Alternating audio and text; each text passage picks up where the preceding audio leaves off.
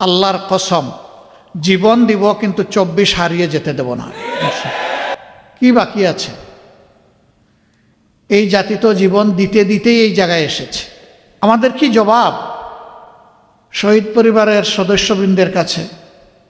কি জবাব এখনো ভাঙ্গা পা হাত নিয়ে, বুকে মাথায় পিঠে গুলি নিয়ে যারা এখনো প্রতি রাত ঘুমাতে পারে না, কাতরায়, কষ্টে, যন্ত্রণায়, কোনো কাজ করতে পারে না, তারা যুবক যুবতী হয়ে গেছে এখন পঙ্গু, তাদের কাছে আমাদের কি জবাব? এখন যে পার্লামেন্ট এবং সরকার গঠিত হয়েছে, সবাই স্বীকার করে যে এটি 24-এর ফসল, কিন্তু কেউ কেউ বলতে চান 24 তেমন কিছু না, এর আগের অংশটা গুরুত্বপূর্ণ। আমরা তো বলছি না আগের অংশ অগুরুত্বপূর্ণ, কারণ সেই অংশেই তো আমরা আমাদের মাতার তাজ 11 জন নেতৃবৃন্দকে হারিয়েছি, সেই অংশেই তো আমাদের শত শত সহকর্মীকে হারিয়েছি, সেই অংশেই তো আমাদের ভাই বোনেরা আয়নাগরের সঙ্গে হয়েছে, সেই অংশেই তো লাখো লাখো মানুষ, আমাদের সহকর্মীরা বারবার কারাগারে চলে গিয়েছে, সেই অংশেই তো আমাদের সহকর্মীরা চাকরি হারিয়েছে, সেই অংশেই তো বাড়িঘরে ঘুমাতে পারেনি। আমরা তো ওই অংশ অস্বীকার করছি না, কিন্তু এইটা অস্বীকার করার কোনো উপায় নেই। আমাদের এত এত ত্যাগ, আমাদের আন্দোলন এবং প্রতিরোধ তখন কিছুই কার্যকর হয় নাই। যা এসে কার্যকর রূপ পেয়েছে 24-এ, এই 24-কে স্বীকার করতে এত হীনমন্যতা কেন? বলে আজকে আমি এইখানে বক্তৃতা দিতে পারতাম না, এই 24 না হলে আজকে বিরোধী দল হতে পারতাম না, বিরোধী দলের নেতা হতে পারতাম না, এমপি নির্বাচিত হতে পারতাম না, পার্লামেন্টের মুখ দেখতে পারতাম না, ঠিক অনুরূপভাবে তারেক সাহেব প্রধানমন্ত্রী হতে পারতেন না। আর যে সমস্ত মন্ত্রীরা আজে বাজে কথা বলে, কেউ তো সংসদের ভিতরেই বলে ফেলে, আর কেউ টক শোতে গিয়ে বলে, দায়িত্ব জ্ঞানহীন কথা বলে, দেশ বিরোধী কথা বলে। আয়োজন করেছেন বাংলাদেশ জামাত ইসলামী ঢাকা মহানগরী দক্ষিণ শাখা।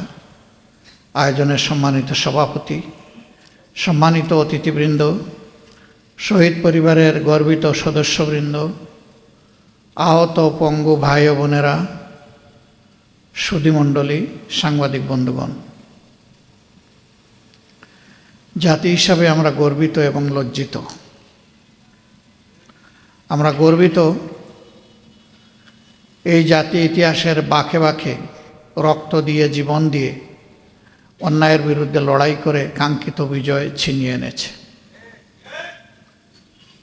এটা 47, 52, 71, 90, 24 এগুলো আমাদের গর্বের ঠিকানা, আমাদের ইতিহাসের সোনালি চ্যাপ্টার। আমরা লজ্জিত প্রতিবারই সাধারণ জনগণ, তরুণ ছাত্র সমাজ, যুব সমাজ, শ্রমিক ভাই বোনেরা জীবন দিয়ে এই অর্জন যখন জাতির হাতে তুলে দেয়, তখন কিছু লুটেরার হাতে এটা হারিয়ে যায়। সেই 24টাও শেষ পর্যন্ত যা হলো, হারিয়ে দেওয়ার কসরত করা হচ্ছে। আল্লাহর কসম, জীবন দিব কিন্তু 24 হারিয়ে যেতে দেব না।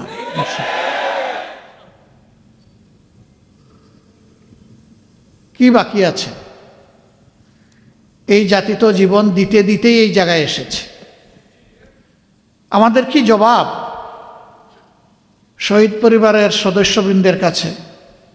কি জবাব এখনো ভাঙ্গা পা হাত নিয়ে, বুকে মাথায় পিঠে গুলি নিয়ে যারা এখনো প্রতি রাত ঘুমাতে পারে না, কাতরায়, কষ্টে, যন্ত্রণায়, কোনো কাজ করতে পারে না, তারা যুবক যুবতী হয়ে গেছে এখন পঙ্গু, তাদের কাছে আমাদের কি জবাব?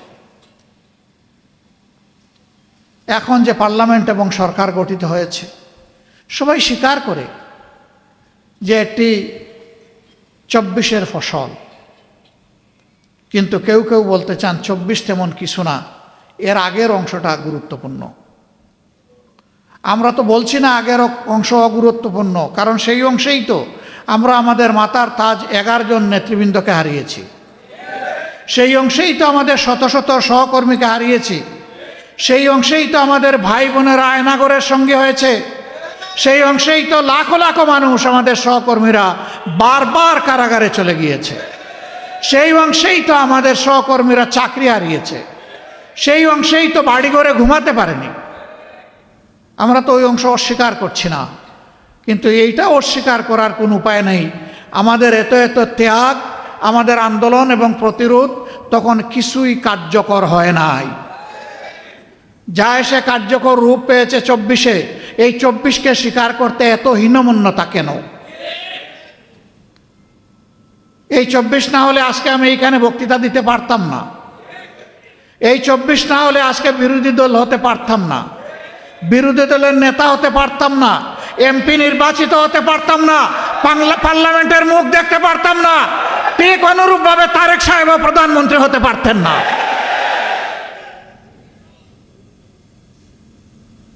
আর যে সমস্ত মন্ত্রীরা আজে বাজে কথা বলে, কেউ তো সংসদের ভিতরেই বলে ফেলে, আর কেউ টক শোতে গিয়ে বলে, দায়িত্ব জ্ঞানহীন কথা বলে, দেশ বিরোধী কথা বলে।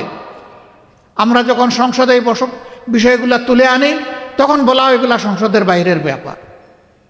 আবার আমাদেরকে যখন আঘাত করা হয়, তখন শুধু সংসদের বাইরের ব্যাপার না, আধা শতাব্দী আগের বিষয়গুলো নিয়ে আসা হয়। চিংড়ি মাছের জীবন, লাফ দিলে পিছনের দিকে যায়, সামনে রাস্তা খুঁজে পায় না। এই জাতি আগাবে কিভাবে? আমরা সবসময় বলে আসি যে আসেন সামনাটা দেখি, এগিয়ে যাই।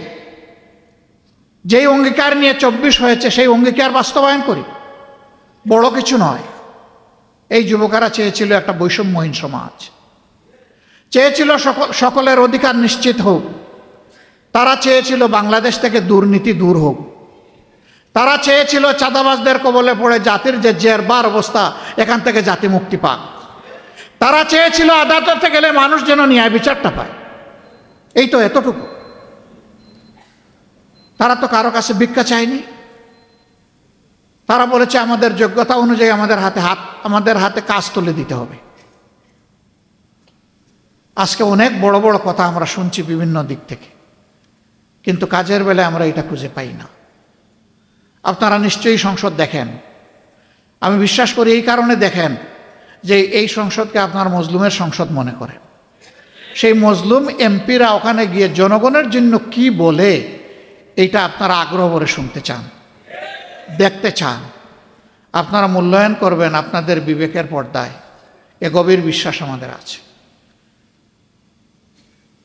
জুলাইয়ের সবচেয়ে বড় দাবি ছিল ফেসিবাদ যাতে বাংলাদেশে আর ফিরে না আসে, এই জন্য সংস্কার সাধন করা, একটা নতুন বাংলাদেশ গড়ে তোলা, অতীতের পচা রাজনীতিকে বিদায় জানানো, নতুন রাজনীতিকে আলিঙ্গন করা, মানুষকে আশাবাদী করে তোলা। এই জন্যই হয়েছিল গণভোট। সেই গণভোটের ব্যাপারে বলা হয় এটা তো সংবিধানে নাই। বলা হয় এই 4 প্রশ্ন এত জটিল, আমি বুঝতে লাগে 4 ঘন্টা, জনগণ কিভাবে ভোট দিল? কেন? এই 4 প্রশ্ন তো 17 দিন আগে থেকে প্রচার করা হয়েছে, সকল মিডিয়া খুলাসা করা হয়েছে, গোপন রাখা হয়নি। আপনারা বুঝাতে চান যে জ্ঞান বুদ্ধি শুধু আপনাদের আছে, এই দেশের 18 কোটি মানুষের নাই? তা তো মানুষকে আপনারা অপমান করছেন। আমি মূর্খ হতে পারি, কিন্তু আমার জাতি তো মূর্খ, আমি কথা বলতে পারি না।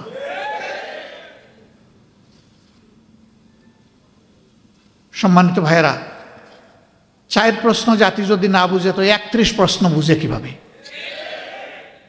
এগুলো সব গুজামিল, ভাওতাবাজি। এবং ইতিমধ্যে একজন বলেছেন আমরা সব কিছু আগে মেনে নিয়েছি যাতে বুটটা হয়ে যায়, মানে বুট হয়ে পকেটে ঢুকে যায়। আরেকজন বলেছেন টুল মওকুফের কথা বলেছিলাম আসলে বুট পাওয়ার জন্য। লা হাওলা ওয়ালা কুওয়াতা ইল্লা বিল্লাহ। রাজনীতিবিদরা যদি এইরকম জাতির সাথে প্রতারণা করে, তাহলে এ দেশের মানুষ যাবে কোথায়? যারা দেশ চালাবে, দেশের জন্য আইন এবং নীতি তৈরি করবে, তাদের মিনিমাম একটা নৈতিক মানদণ্ড থাকা উচিত। ইলেকশনের আগে তারাও বললেন, আমরাও বললাম, সবাই গণভোটে হা বলুন। জনগণ 70% মতো হা বলল। এখন তারা বলেন যে 51% মানুষ আমাদেরকে রায় দিয়ে পাঠিয়েছে। আমরা এটা মানব না, কারণ আমরা সংখ্যাগরিষ্ঠ। তো 51 বড় না 70 বড়? আপনাদের দাবি যদি মেনেও নেই, কিভাবে ভোট পেয়েছেন সে বিতর্ক থেকে গেল ইতিহাসে। পাইছেন কি পান নাই, হিসাব কিভাবে মিলাইছেন জনগণ জানে। 3.5 ঘন্টা ব্ল্যাক আউট করে কি করা হয়েছে জনগণ বুঝে, এবং এর জন্য রাজসাক্ষীও পাওয়া গেছে, কোনো অসুবিধা নেই। ইতিহাস অবশ্যই এটাকে পর্যালোচনা করবে ইনশাআল্লাহ, এবং যার যার পাওনা সবাই সময় মতো পেয়েও যাবেন ইনশাআল্লাহ।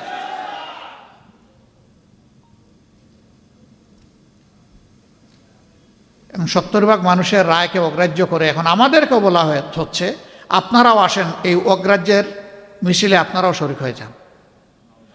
সংসদে আমাদেরকে অনেক সংবিধান শেখানো হয়, অবৈতনিক কিছু শিক্ষক আছেন,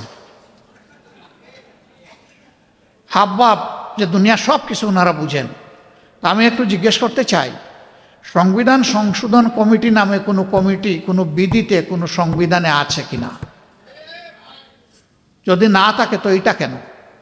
এটা হচ্ছে জুলাইকে ভুলিয়ে দেওয়া, এটা হচ্ছে গণভোটকে ভুলিয়ে দেওয়া। আমরা পরিষ্কার প্রতিবাদ করে ওয়াক আউট করেছি। আপনারা জনগণের রায়কে অপমান করতে চান, করেন, জনগণ সেইটা বিচার করবে। আমরা জনগণের সাথে আছি, তাদের রায়ের পক্ষে আছে, লড়ে যাব, লড়াই করতেই থাকব। এবং আমরা গভীরভাবে আস্থা রাখি ইনশাল্লাহ এই 70% ভোট বৃথা যাবে না, এই গণরায় বাস্তবায়ন হবে ইনশাআল্লাহ। সেই পর্যন্ত সমাধান যদি সংসদে না হয়, সমাধান হবে রাজপথে ইনশাআল্লাহ। এই দেশকে আমরা ভালোবাসি। এই দেশ কোনো একক দলের নয়, এই দেশ প্রত্যেকটি নাগরিকের, ধর্ম বর্ণ নির্বিশেষে। আরেকটা কথা বন্ধুগণ, প্রতিবেশী দেশ সম্পর্কে এখানে অনেকেই আক্ষেপ প্রকাশ করেছে। আমরাই একমাত্র দল যাদেরকে তারা পছন্দ করে না। তারা বলেছে বাংলাদেশের সকল দলকে ভারতের মাটিতে আমন্ত্রণ, শুধুমাত্র জামাতে ইসলামী লাল কার্ড। আমরা এই লাল কার্ডের পরোয়া করি না। আমরা ভারতের বুকে আশ্রয় নেওয়ার কোনোদিন চিন্তাও করি না। এই দেশ আমাদের দেশ, আমাদের আশ্রয়ের জায়গা 18 কোটি মানুষের অন্তর ইনশাআল্লাহ। আমরা তাদের হৃদয়ে আশ্রয় নিতে চাই এবং আমাদের হৃদয়ে বাংলাদেশকে ধারণ করতে চাই। এই জন্য বরাবর বলেছি, আমাদের কোনো পিসি খালার দেশ নাই, আমাদের দেশ বাংলাদেশ। এই স্লোগান অনেকেই দেন, কিন্তু বাস্তবে প্রমাণ দিতে পারেন না।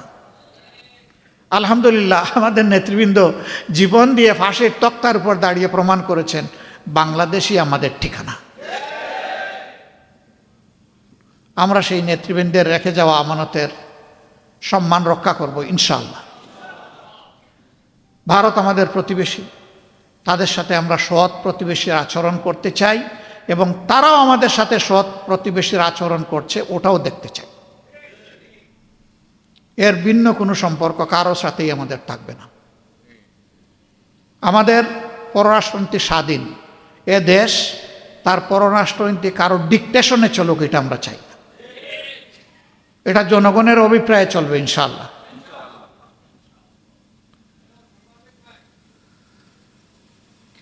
সম্মানিত ভাই বোনেরা, অনেক কথা বলে ফেললাম। শহীদ পিতারা বলে গেছেন যে তাদেরকে হুমকি দেওয়া হচ্ছে। এই হুমকি আপনাদেরকে নয়, কার্যত এই হুমকি জাতিকে দেওয়া হচ্ছে, এই হুমকি আমাদেরকে দেওয়া হচ্ছে। আপনারা আমাদেরকে আলাদা ভাবছেন কেন? আমরা তো প্রথম দিনই আপনাদের ঘর বাড়িতে হাজির হয়ে বলে দিয়েছি যে এখন থেকে আপনাদের পরিবারের সদস্য আর একটা সদস্যের নাম হচ্ছে বাংলাদেশ জামাত ইসলাম। আমরা আপনাদের পরিবারের সদস্য হয়ে আছি। হয়তো পারি না সবসময় খোঁজখবর নিতে, মনে চাইলেও, কিন্তু আমাদের অন্তরে আপনারা 7 দিন 24 ঘন্টাই আছেন। আলহামদুলিল্লাহ, থাকবেন। এই ঋণ পরিশোধ করার কোনো শক্তি আমাদের নাই, কিন্তু আমরা চেষ্টা করে যাব যাতে আপনাদেরকে সম্মানটুকু দেখাতে পারি। আল্লাহ যেন এই শক্তি আমাদেরকে দান করেন। আপনাদের নিরাপত্তা আমাদের নিরাপত্তা। আমরা ভয় পাই না, ভয় পাই শুধু আল্লাহ রাব্বুল আলামিনকে। আর কাউকে কোনো পাত্তাই দেই না, আলহামদুলিল্লাহ, পাত্তা দিব না ইনশাআল্লাহ। আহত পঙ্গু ভাইয়েরা যারা আছেন তাদের জন্য বড় দুঃখ। শহীদ হয়ে যারা চলে গেল আমরা বিশ্বাস করি তারা তো জান্নাতের পাখি হয়ে গেল, কিন্তু যারা এই যে বেঁচে আছে কষ্ট নিয়ে, তাদের জন্য বড়ই কষ্ট লাগে। আসলে তাদের জন্য কার্যকর কিছু আমরা করতে পারি, আমরা বড় লজ্জিত। সরকার পারে, এই জন্যে এই বাজেট সেশনে দুইবারই এই দাবি উত্থাপন করেছি যে মেহরবানি করে তাদের বিষয়টা সর্বাধিক অগ্রাধিকার দিয়ে দেখতে হবে। রাষ্ট্র যদি না দেখে তাহলে এই রাষ্ট্র হবে অভিশপ্ত রাষ্ট্র, এই রাষ্ট্র হবে অকৃতজ্ঞ রাষ্ট্র, নিমক হারাম রাষ্ট্র। আমরা আশা জাগাইয়ে রাখতে চাই যে এই রাষ্ট্র নিমক হারামি করবে না এদের সাথে, কিন্তু যদি করে তাহলে অতীতে যেমন নিমক হারামদের কোনো ভালো পরিণতি হয়নি, বর্তমানেও হবে না। সম্মানিত ভাই বন্ধুগণ, যারা এসেছেন তাদের কাছে আমরা কৃতজ্ঞ। কৃতজ্ঞতার ভাষা খুঁজে পাই না, হারিয়ে যাই। আবেগ আসে, কান্না আসে, চোখ দিয়ে পানি পড়ে না, রক্ত পড়ে। কারণ এই ইতিহাসটা রক্তাক্ত ইতিহাস, শহীদের রক্তে লেখা 24। হে রব্বুল আলামিন, তুমি এই শহীদদেরকে কবুল করার দেশটাকেও কবুল করো। ইয়া আল্লাহ, এটাকে সম্মানের, শান্তির, অগ্রগতির একটা দেশ বানিয়ে দাও, ন্যায় বিচারের একটা দেশ বানিয়ে দাও, আমাদের যুবকদের স্বপ্নের প্রত্যাশার দেশ বানিয়ে দাও, যেন আমরা মরার সময় শান্তি নিয়ে মরতে পারি, যে আমাদের জেনারেশনের হাতে, পরবর্তী জেনারেশনের হাতে একটা বাসযোগ্য সম্মানের দেশ আমরা তুলে দিতে পারলাম। আমাদের জন্য দোয়া করবেন। আমরা ইনশাআল্লাহ জীবন থাকতে কোনো অন্যায়ের কাছে মাথা নত করব না, সে যত বড় শক্তি হোক। কোনো ভয় টয় দেখাই আমাদের কোনো লাভ নাই ভাই, আমরা ওই সমস্ত ভয়কে পাত্তা দিই না। বাংলাদেশ ভয়কে জয় করেই 2026 সালে এসে উপনীত হয়েছে। আমরা দাবি করছি, জুলাই সনদে লেখা আছে শহীদদের এবং আহত যোদ্ধাদের নামে বাংলাদেশের বিভিন্ন সড়ক এবং স্থাপনার নামকরণ করা হোক। যত তাড়াতাড়ি এটা করা হবে আমরা ধরে নিব সরকার তত বেশি তাদের প্রতি শ্রদ্ধাশীল। আমরা সেই দাবি আজকে পাবলিক স্পেস থেকে রেখে গেলাম, সংসদে বলেছি, বলতে থাকব। দাবিগুলা ন্যায্য দাবিগুলো অর্জন না হওয়া পর্যন্ত সংসদের ভিতরে আমাদের লড়াই চলবে ইনশাআল্লাহ। আপনাদেরকে সাথে থাকতে বলছি না, আমরা আপনাদের সাথে আছি ইনশাআল্লাহ। আমরা আপনাদের সাথে ছিলাম, আছি, আল্লাহ যতদিন বাঁচায় রাখবেন থাকবো ইনশাআল্লাহ, থাকবো ইনশাআল্লাহ, থাকবো। এর কোনো ব্যতিক্রম হবে না ইনশাআল্লাহ। আল্লাহ তাআলা আমাদেরকে কবুল করুন। সবাই মিলে এই দেশকে নির্ভেজাল করার তৌফিক দিন। সবাই মিলে আমাদের আকাঙ্ক্ষার বাংলাদেশ গড়ে তোলার তৌফিক দান করুন। এবং আমরা বিশ্বাস করি এটা আল্লাহর আইনের ভিত্তিতেই কেবল সম্ভব। আমরা মহান আল্লাহর সাহায্য চাই। আসসালামু আলাইকুম ওয়া রাহমাতুল্লাহ।